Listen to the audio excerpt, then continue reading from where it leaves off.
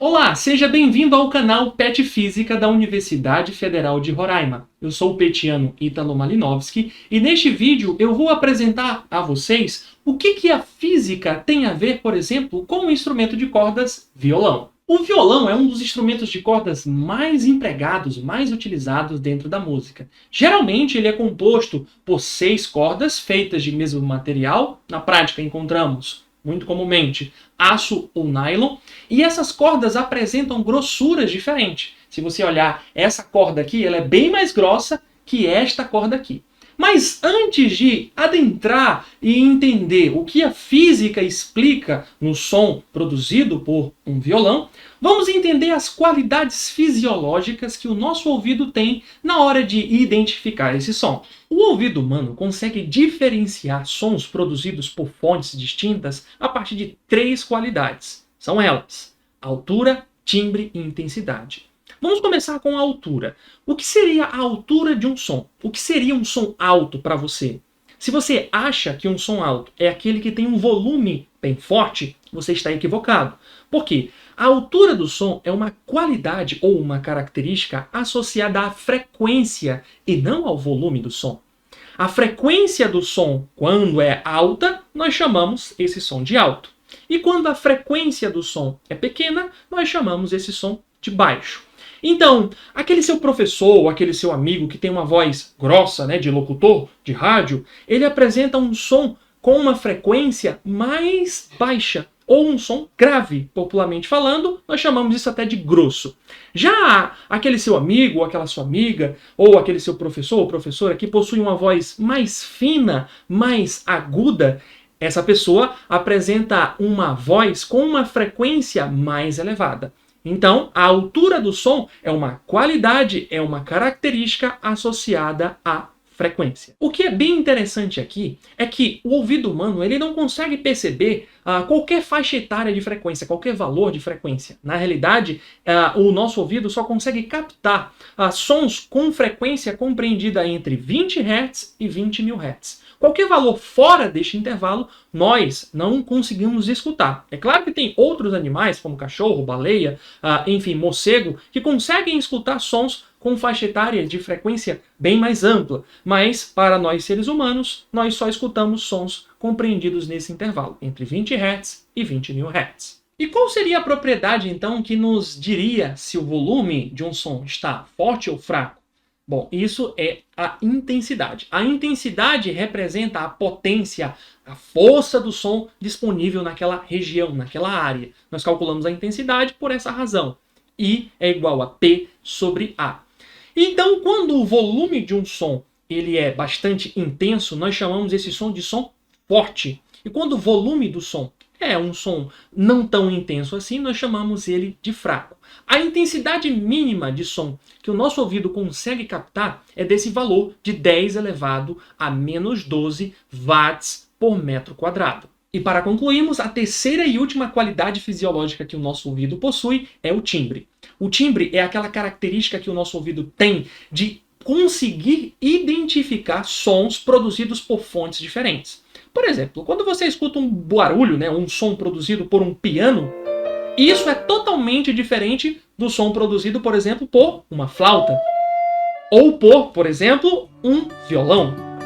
Se você comparar violão de corda de aço com corda de nylon, você também consegue notar essa diferença. Então, isso é o timbre. O timbre é exatamente essa característica que o nosso ouvido tem de diferenciar sons produzidos por fontes distintas. Agora vamos falar sobre o violão de fato, No violão de 6 cordas, tradicionalmente, esta corda aqui de cima, ela é a corda mais grossa, de maior massa, Corda grossa, então de maior massa nesse violão. Já a corda aqui embaixo, a última corda de cima para baixo, ela é a corda mais fina, então ela tem uma massa pequena, ok? Uma massa pequena, já que ela é bem fininha. Outra coisa que a gente precisa saber também são as equações que nós aprendemos lá em ondulatória. A velocidade v de uma onda pode ser calculada com o produto do comprimento de onda, lambda, vezes a frequência que essa onda tem, f. Mas a equação de Taylor nos permite calcular a velocidade de um pulso numa corda, né, que está tracionada, tensionada, esticada, que é exatamente o caso do violão. E essa velocidade pode ser calculada através dessa expressão, raiz quadrada da tração ou tensão, vezes o comprimento da corda dividido pela massa que essa corda tem. Então, como aqui eu tenho velocidade e aqui eu também tenho velocidade, agora eu posso igualar essas expressões. Então, igualando essas duas expressões, note que isso daqui é v, e isso daqui também, depois da igualdade, também é a velocidade v. Então, igualando esses dois segmentos, nós ficamos com lambda_f igual a raiz quadrada da tração vezes o comprimento, o tamanho da corda, dividido pela massa que essa corda tem. Elevando-se ao quadrado, os dois lados, né, os dois membros dessa igualdade, nós vamos encontrar lambda ao quadrado, está aqui, vamos encontrar f ao quadrado, está aqui, e essa raiz quadrada acaba sendo cancelada, né, com o expoente ao quadrado. De tal forma que a tração vezes o comprimento sobre a massa vai ser igual ao produto lambda_f ao quadrado. E a partir daqui, agora a gente consegue fazer proporções. Analisar casos e entender por que o som, uma hora é mais grosso, mais grave, e outra hora ele é mais fino, mais agudo. E para que a gente consiga fazer uma análise de proporção, nós vamos fixar aqui algumas grandezas. Para essa primeira análise, eu vou fixar o comprimento de onda lambda, vou fixar a tração ou tensão, e vou fixar o comprimento L. Ou seja, eu vou comparar duas cordas esticadas com a mesma força, de mesmo tamanho L, e as ondas produzidas nessas cordas teriam o mesmo comprimento de onda. Então agora a gente vai comparar a massa e a frequência. Note que pela equação, a massa é inversamente proporcional ao quadrado da frequência. Isso implica dizer o seguinte: quanto menor for a massa, maior será a frequência. Logo, quando nós olhamos isso para a corda aqui no violão, o que nós identificamos é o seguinte: a corda mais grossa tem maior massa, beleza? Então ela tem a menor frequência. A corda mais fina tem a menor massa, então ela tem a maior frequência. E como eu posso memorizar isso? Bem simples. A corda mais grossa, certo, de maior massa, tem um som mais grosso, um som mais grave, né? Um som mais assim. Já a corda mais fina, ela tem um som mais fino, mais agudo, né? Com uma frequência maior. Então, com isso a gente consegue fazer essa primeira análise de proporção. Mas calma que eu tenho mais uma pra gente. Para o segundo caso, nós vamos agora fixar o comprimento de onda lambda, vamos fixar o comprimento da corda, todas as cordas teriam o mesmo tamanho, e vamos fixar a massa, né? Diferente do outro caso. Então agora vamos pegar sempre a mesma corda, ok? Ó, mesma corda com a mesma massa, e vamos só aumentar ou diminuir a força que estica essa corda, beleza? Repare que na equação nós temos o seguinte: quanto maior for a tração T, maior vai ser o valor da frequência F. A tração T é diretamente proporcional à frequência. Isso significa dizer que quanto mais você aperta a corda, mais fino, mais agudo fica o som. Do contrário também, quanto mais você deixa essa corda frouxa, o som vai ficando cada vez mais grave. Então, ó, quanto mais apertada estiver a corda, mais agudo estará o som.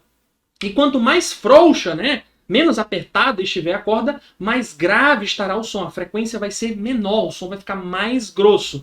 Este caso pode acontecer, por exemplo, quando você estiver afinando a corda de um violão. Aqui eu sempre vou bater nesta primeira corda que está aqui em cima. E à medida que eu for bater, eu vou apertar, aumentar a força nesta corda. Veja o que acontece com o som. Ele começa bem grave.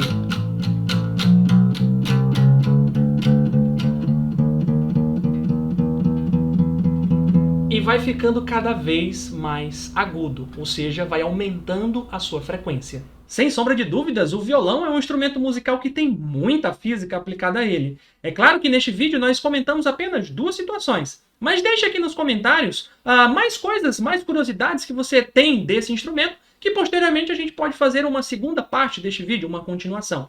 Beleza? Não se esqueça também de se inscrever no nosso canal, curtir o vídeo caso você tenha gostado e compartilhar o conhecimento, né? Divulgar este vídeo com os seus colegas, amigos de faculdade ou de escola. Fiquem com Deus e, quem sabe, até o nosso próximo encontro.